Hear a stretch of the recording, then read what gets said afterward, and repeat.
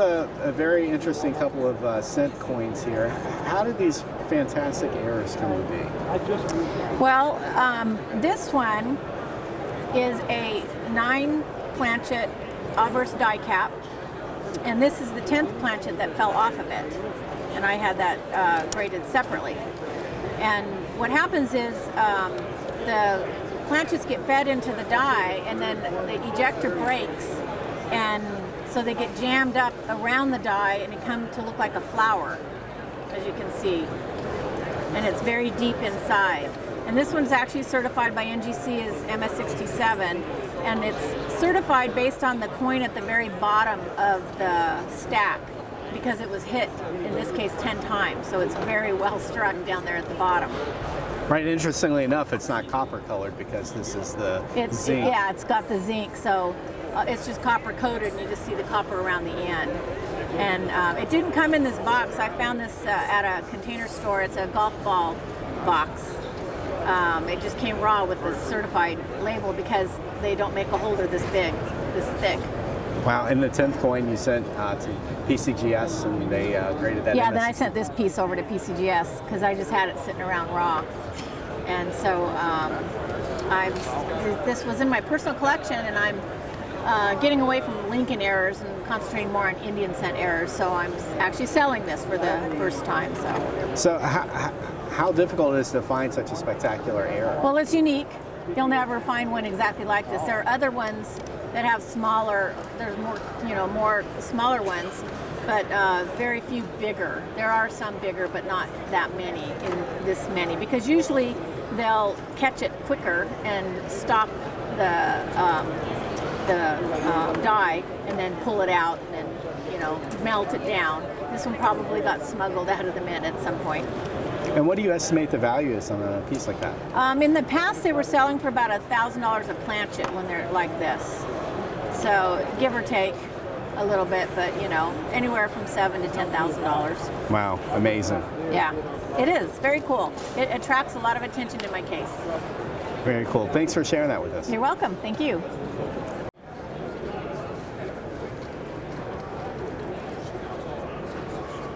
So Glenn, you have some pretty interesting rectangular Japanese coins. Yes. I see these floating around a lot on the online marketplace. Can you explain what they are and why they're so interesting? Well, the main interest is that they're different shape. Most coins that we see are round. These the Japanese made in the 1800s, and they were rectangular shaped. And they made them up until they started making European style coins in 1870. So, but this is what they had for their general coinage, and they had rectangular gold ones and they had rectangular silver ones. So what is the metal composition? I mean, are these pretty high fineness? Well, they look like they're good gold, but they're actually not. They're like 1/3 gold and 2/3 silver. And they had a process where they made the planchets and then they sort of leached the gold more to the outside and then they struck them. So they look like they're good gold, but they're really not. And are these rare? Or no, they're not rare. They're just fun because their shape is different. Is it difficult to find them in uncirculated grades? So are we doing are you going home? I'm not sure because I never worried about it that way. Just looking to see if they're decent looking grade. I guess if it was really cherry with luster on it, that would probably be hard because usually they're in groups and they've been banged around a lot. And what's a fair price to pay? Retail probably 100 to 125.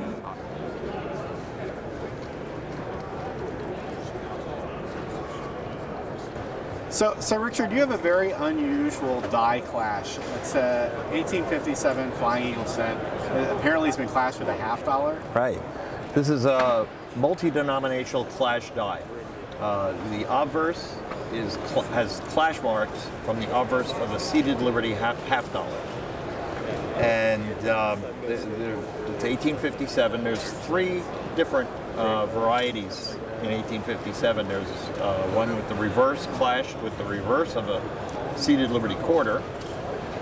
There's another one with the obverse clashed with the obverse of a $20 gold piece, and that one's quite rare.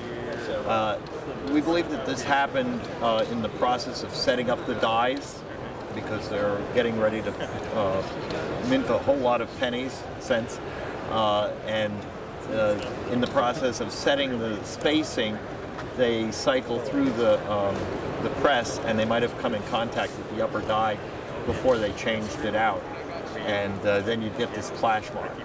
So that's how we think it happened. It happens for other years too. In my book, this is my book, part one of my book, we go into it quite a bit, and we show overlays where the die clashes on the various varieties. This is the $half clash that I was just showing you. And this is a $20 clash. One of these in AU just sold for nearly $30,000. So if you find one of these, you let me know. Right, and I can't overstate to collectors just how important your 2-volume Flying Eagle Cent, Indian Cent die variety book is. I have copies myself, and they're very Thank you very much. Also, this coin, a lot of people may or may not be aware, if you're a serious Indian head Cent, Flying Eagle Cent collector, you'll be aware of it, but this is also certified. Yes, it has an Eagle Eye photo seal, also CAC. A photo seal means that I've looked at the coin and I agree with the grade. I make a market in these coins, and I issue a photo certificate that goes with it to tell you where you can get the bid for that coin. And I've been doing this for 20 years, and apparently it's popular because CAC likes to do that too. So anyway, that's Eagle Eye photo seal.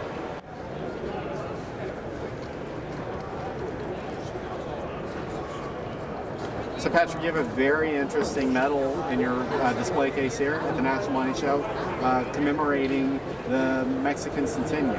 Yes, we have one actually that celebrates the centennial of Mexican independence in 1910. It was actually made in Barcelona, Spain, because at the time the leaders in Mexico called for beautiful artistic renderings from Europe, the historic classical art that they thought of to be imported to Mexico to celebrate the centennial.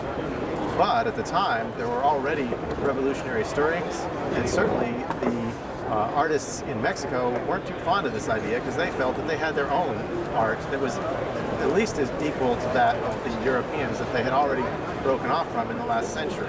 So there was quite some rumblings about that, and in fact, this medal minted in 1910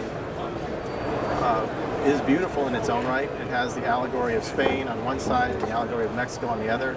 Actually, ironically, celebrating the partnership of the two in this artistic exposition. However, again, these revolutionary rumblings were going on, so that just a week or two after this exposition was held, the revolution of 1910 occurred. So it's an example, a great example really, where one medal can hold a lot of history from multiple countries and in one's hand.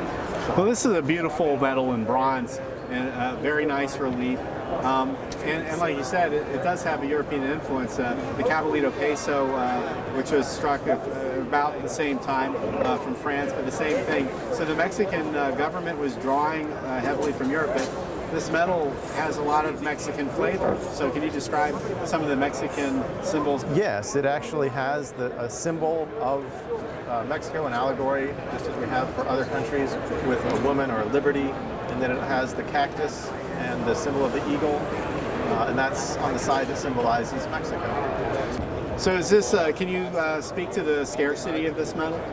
It's hard to say. I've actually only seen this one. I'm sure there were several, but it's hard to determine the exact vintage of medals in general, particularly at this time.